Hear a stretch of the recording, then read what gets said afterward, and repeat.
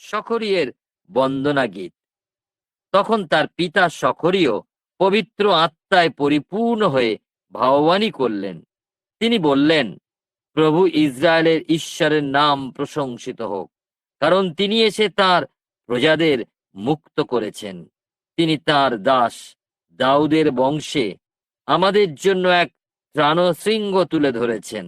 বহুকাল আগে তার পবিত্র ভাববাদীদের মাধ্যমে তিনি যেমন বলেছিলেন, যেন আমরা আমাদের সব শত্রুর কবল থেকে উদ্ধার পাই।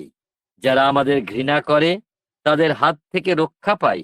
আমাদের পিতৃপুরুষদের প্রতি করুণা প্রদর্শন এবং তার পবিত্র নিয়ম স্মরণ করার জন্য আমাদের পিতা অব্রাহামের কাছে তিনি যা শপথ করেছিলেন, তিনি আমাদের সব শত্রুর হাত থেকে আমাদের নিস্তার করবেন, যেন নির্ভয়ে তার সেবা করতে আমাদের সক্ষম করেন, যেন তার সামনে পবিত্রতায় ও ধার্মিকতায় আমরা তার সেবা করে যাই।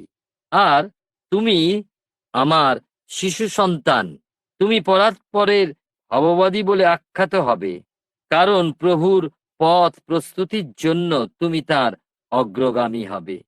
তার প্রজাবৃন্দকে তাদের পাপসমূহ ক্ষমার মাধ্যমে পরিত্রাণের জ্ঞান দেওয়ার জন্য আমাদের ঈশ্বরের স্নেহময় করুণার গুণে স্বর্গ থেকে আমাদের মাঝে স্বর্গীয় জ্যোতির উদয় হবে। যারা অন্ধকারে মৃত্যুর ছায়ায় বসবাস করছে তাদের উপর আলো বিকিরণ করতে, আমাদের পা শান্তির পথে চালিত করতে।